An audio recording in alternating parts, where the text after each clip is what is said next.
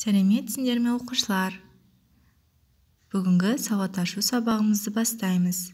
Бүгінгі біздің өтетін тақырыбымыз жыл мезгілдері, к дыбысы мен әріпі. Балалар, сабағымызды бастамай тұрып, сергіту сәтін жасап алайық. Менімен бірге қайталаймыз. Біз балдырған тең басқан, дос құшағын кеңге ашқан. Тілегіміз әділдік, ашық болсын кең аспан. Жарайсыңдар балалар. Ал енді мына суреттерге қараймыз балалар. Бірінші суретте не көріп тұрмыз? Дұрыс айтасыңдар балалар.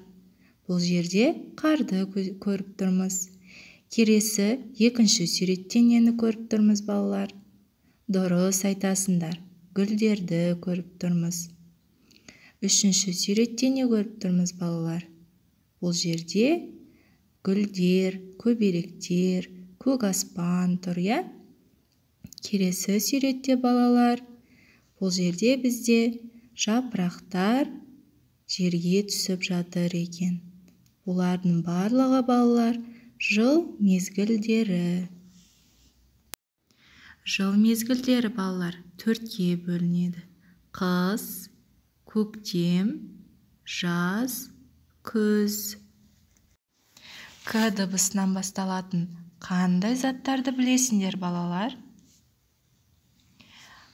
Мына суретке қарайық.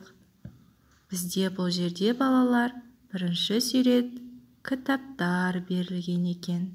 Екінші суретте кілт. Үшінші суретте көлік. Төртінші суретте көбелек балалар. Бұның барлығы к дыбысынан басталып тұр. Балалар, жыл мезгілдері төртке бөлінеді деп жаңа айтып кеттік. Енді бірінші тапсырмаға қарасақ, әр маусымның ерекшелігін айтамыз балалар. Балалар, әр жыл мезгілі 3 айдан тұрады. Қыс мезгілі желтоқсан, қаңтар, ақпан айынан. Көктем мезгілі наурыз, сәуір, мамыр айларында. Жаз мезгілі маусым, шілде, тамыз.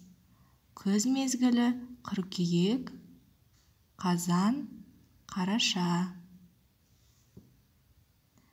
Қай сөздерде к дыбысы 2 рет естіледі балалар?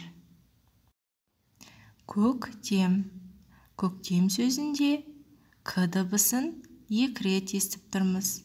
Я балалар? Балалар, екінші тапсырмаға қарайық.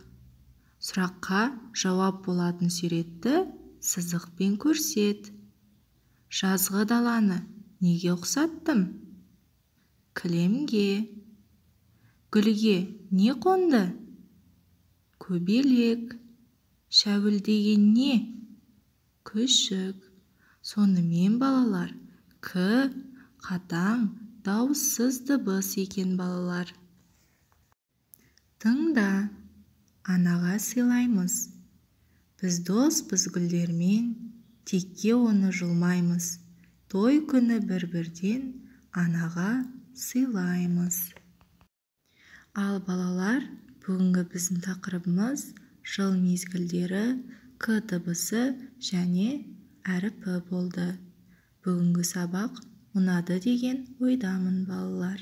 Сау болыңыздар.